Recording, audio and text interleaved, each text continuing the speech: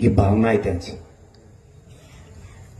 आणि ती वेदना त्यांनी त्यांची काळजात दाबून आपल्याला सांगितलं ही मागणीच नाहीये, ते नाव आणि ते पुतळा इथं उभा करूया.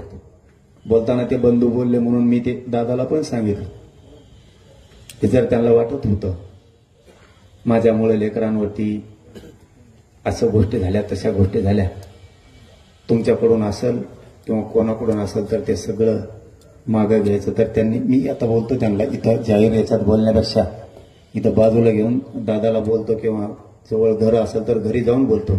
मी समाजाच्या लेकरासाठी 4-4 पावलं सगळ्यांना मागं सरकायला लावी. जर तीही केसेस काय मागं होत असल्या पूर्ण ताकदीनं मागं करून घेऊ. संबंधितांचं तिथं काही लागत असेल तर तीही सगळं हे करून घेतो. मी सांगताना सांगितलं की त्यांना इथं बाजूला घेऊन बोलतो की या विषयात ही गोष्ट करावीच लागते. नसता त्यांचं कुठे इथं घर असेल तर घरीच जाऊन या विषयात बोलतो, कारण माझ्या समाजासाठी मला कुठं जाऊन बोलणं अजिबात लहानपण वाटत नाही. तीही त्यांना एक भावपूर्ण श्रद्धांजलीच ओके पाटलाला होईल. आणि त्यांच्या जिथं जिथं अडचणी येतात भाऊ, मला जड जाता बोलायला, तुम्ही काय पण म्हणा, मला मराठा समाजाच्या लेकरांनी जर आत्महत्या आरक्षणासाठी केले त्या घरी पण जड जातं बोलायला, इथं पण मला बोलायला होतं. फक्त काम सांगा, नाही केलं तर माझं गाव तोंड नाही दाखवणार पुन्हा. कारण आतापर्यंत मला जेवढे जेवढे राज्यातले सांगितले मराठा आरक्षणाच्या आत्महत्याच्या पलीकडचे पण सामान्य लोकांनी त्यांचे साधे साधे विषय पण, मला नाही वाटत की मी सगळे पार पाडले नाहीत म्हणून, पुरेचे पुरे पार पाडले.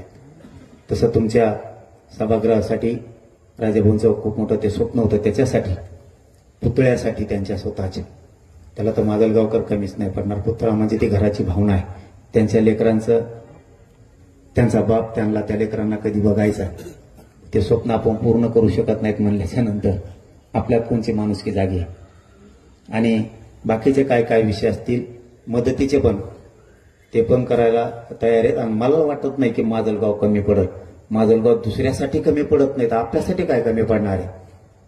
कारण ते तुम्ही राज्यात आणि जिल्ह्यात दाखवून दिले तुम्ही काय करू शकता दुसऱ्यासाठी. तर हे तर आपलं घरातलं रक्ताचं लेकरू आहे, त्यांनाही कमी पडणार नाही. जिथं कमी पडेल लेकरं उघडे पडणार नाहीत. हो, या निमित्ताने माझा शब्द आहे.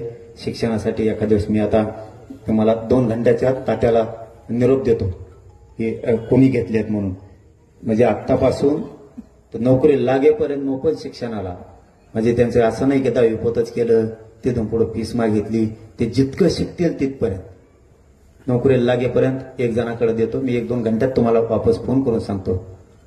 आपण सगळ्यांनी त्या कुटुंबाच्या पाठीशी उभा राहा. मी राजेंद्रजी ओके पाटील यांना दुःखद भावपूर्ण श्रद्धांजली.